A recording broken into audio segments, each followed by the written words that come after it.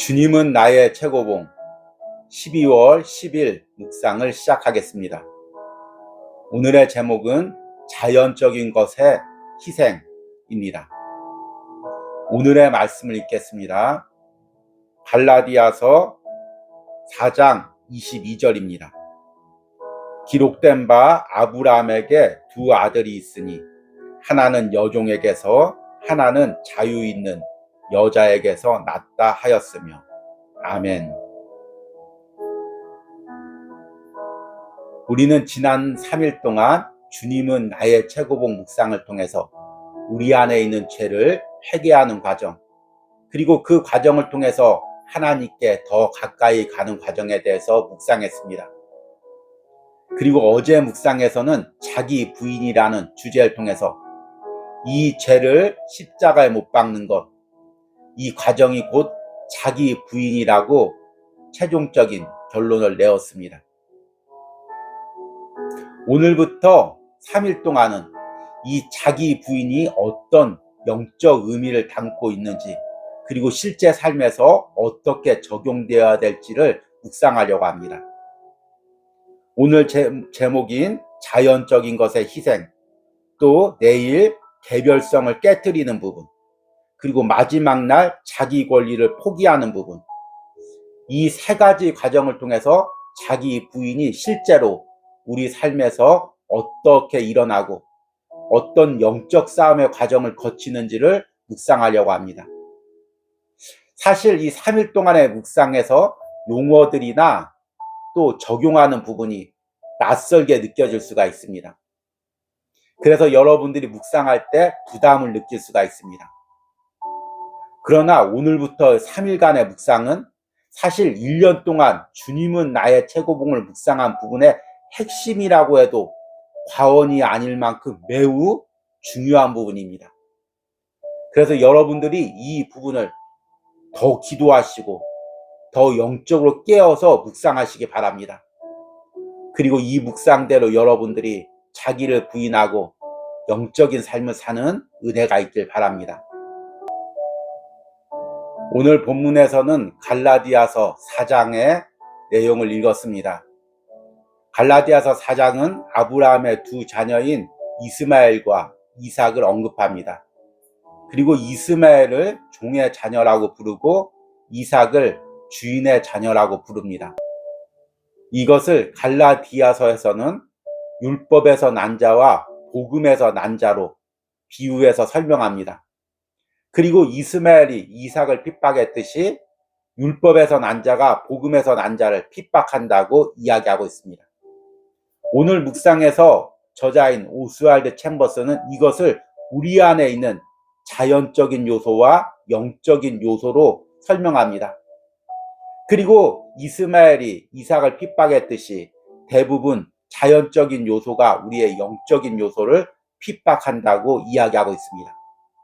그래서 우리가 영적인 삶을 살려면 바로 이스마엘과 같은 이 자연적인 요소를 깨트려야 됩니다.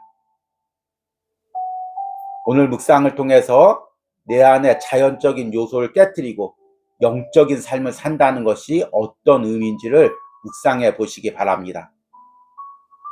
오늘의 묵상입니다. 바울은 갈라디아서 4장에서 죄의 문제가 아니라 자연적인 것과 영적인 것과의 관계를 다루고 있습니다. 자연적인 것은 오직 희생에 의해 영적인 것으로 변화됩니다. 그렇지 않을 경우 자연적인 것과 영적인 것은 우리의 현실 속에서 크게 괴리됩니다. 자연적인 것의 희생은 하나님의 작정이 아니라 하나님의 허용하시는 뜻입니다. 하나님의 작정은 자연적인 것이 순종을 통해 영적인 것으로 변하게 하는 것이었습니다. 그러나 죄로 인해 자연적인 것이 희생되어야 할 필요가 생긴 것입니다. 아브라함은 이삭을 드리기 전에 이스마엘을 드려야 했습니다. 우리 중에 어떤 이들은 자연적인 것을 희생 제사로 드리기 전에 먼저 영적인 희생을 드리려고 합니다. 우리가 영적인 희생을 드릴 수 있는 유일한 방법은 우리의 몸을 산제사로 드리는 것입니다. 성화는 죄로부터의 구원 및 그 이상을 의미합니다. 성화란 어떠한 대가를 치르더라도 하나님께서 구원해 주신 나 자신을 마음을 다해 다시 주께 드리는 것입니다. 만일 희생을 통해 자연적인 것을 영적인 것으로 바꾸지 못하면 자연적인 삶은 우리 안에 있는 하나님의 아들의 생명을 조롱할 것이며 계속적인 낭패를 만들어낼 것입니다. 이러한 낭패는 언제나 훈련받지 못한 믿음의 사람의 모습입니다. 우리는 언제나 신체적, 도덕적, 정신적으로 자신을 훈련해야 합니다. 만일 이 훈련을 완고하게 거절하는 사람은 언제나 잘못된 자리에 갈 수밖에 없습니다. 그렇다면 지금이라도 자신을 훈련하십시오. 그렇지 않으면 하나님 앞에서 당신의 전 생애를 망치게 될 것입니다. 우리는 자연적인 삶을 만끽하려고 하지만 하나님은 자연적인 삶과 함께하지 않으십니다. 자연적인 생명을 광야에 보낸 후에 단호하게 그곳에 가두어야 합니다. 그러면 하나님께서 광야에서 자연적인 생명과 함께 하실 것입니다. 하나님께서는 자연적인 삶을 위해 우물물이 터지게 하시고 그 삶을 오아시스로 인도하실 것입니다. 자연적인 삶을 위한 하나님의 약속을 이루실 것입니다. 아멘.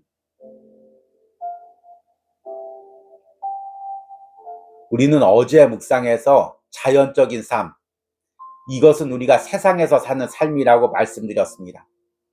그리고 자연적인 삶, 그 자체가 나쁜 것은, 죄인 것은 아니라고 말씀을 드렸습니다. 왜냐하면 하나님께서 우리를 자연적으로 세상에서 살도록 만드셨기 때문입니다.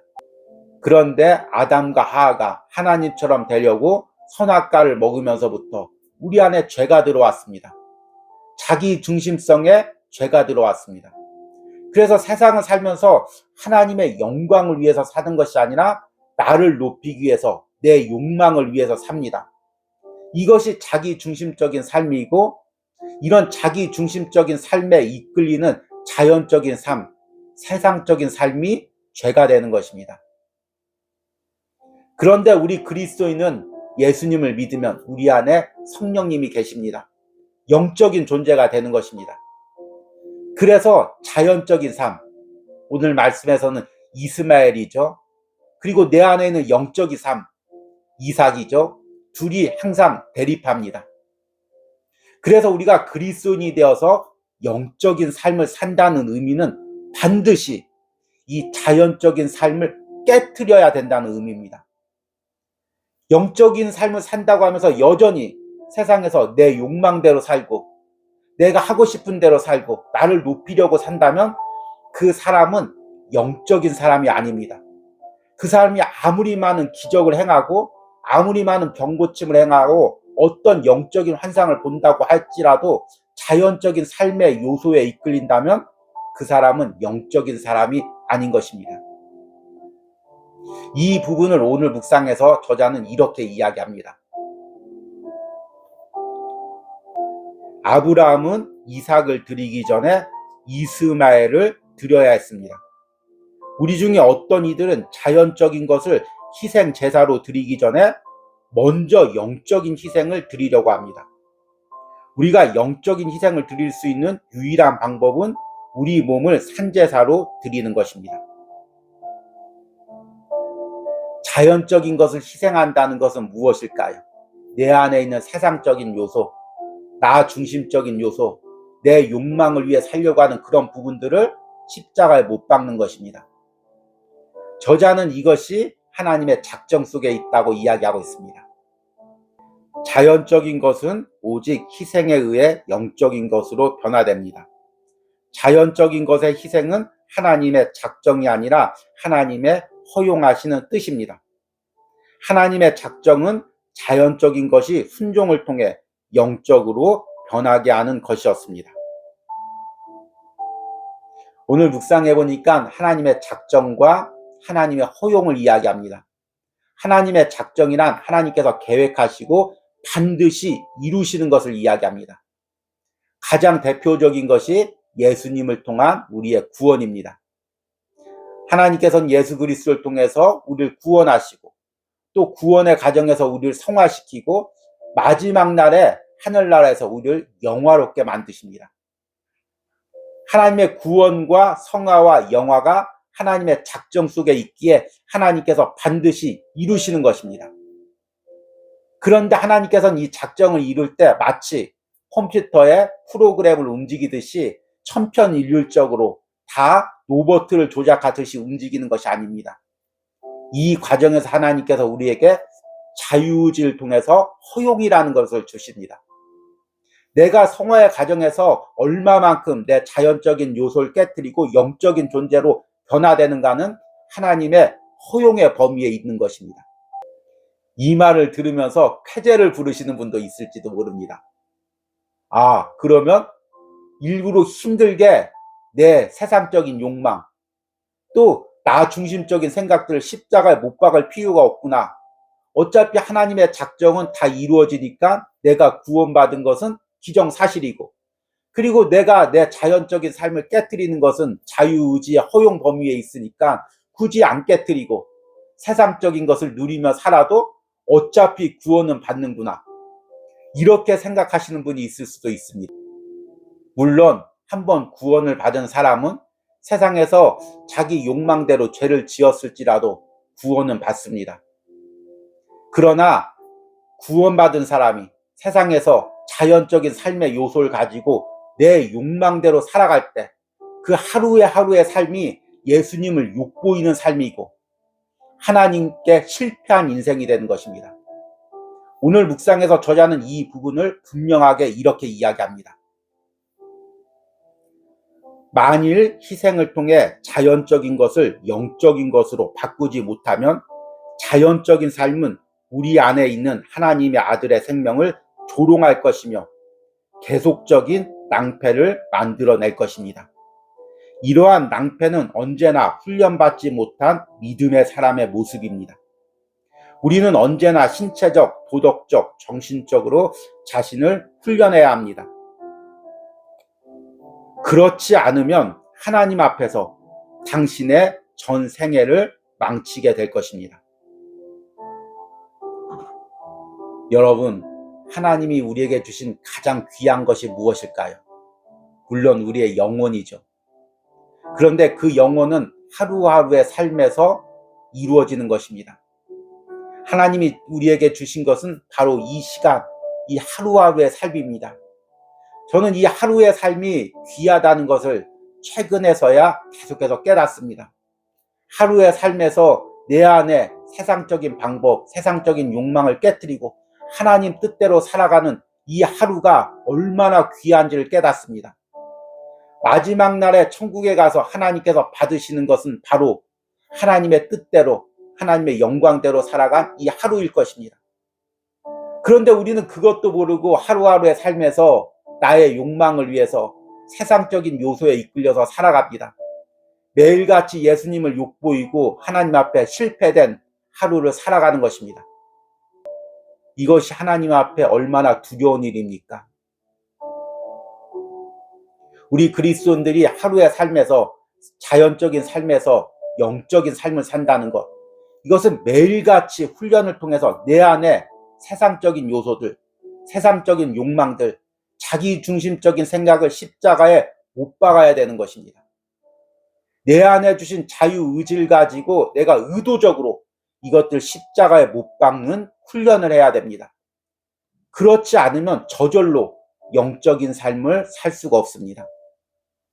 오늘 주님은 나의 최고봉을 묵상하는 여러분들이 이 귀한 사실을 깨닫고 매일같이 내 안에 있는 세상적인 요소를 십자가에 못 박고 영적인 삶을 살아가기를 소망합니다. 오늘의 적용 질문입니다. 지금 내 안에 있는 자연적인 본성과 영적인 본성의 대립은 무엇입니까? 나는 이 자연적 본성을 깨뜨리기 위해 어떤 영적인 훈련을 하고 있습니까? 기도하시겠습니다. 주님, 아브라함에게 이스마엘과 이삭이 있듯이 내 안에도 자연적인 삶의 요소와 영적인 요소가 있습니다. 그리고 자연적인 삶의 요소가 계속 영적인 부분을 억누릅니다. 하나님의 뜻대로 하나님의 영광을 위해서 살기보다는 계속해서 세상에서 내 뜻대로 내 욕망대로 살고자 하는 마음들이 있습니다. 주님, 이것들을 매일같이 깨뜨리게 하여 주시옵소서. 그리하여 내 하루의 삶이 하나님을 위한 삶, 하나님께 드려지는 영적인 삶의 제사가 될 수 있도록 역사하여 주시옵소서. 이런 은혜가 오늘 주님은 나의 최고봉을 묵상하는 모든 심령과 삶에 있게 하여 주시옵소서. 예수님의 이름으로 기도했습니다. 아멘.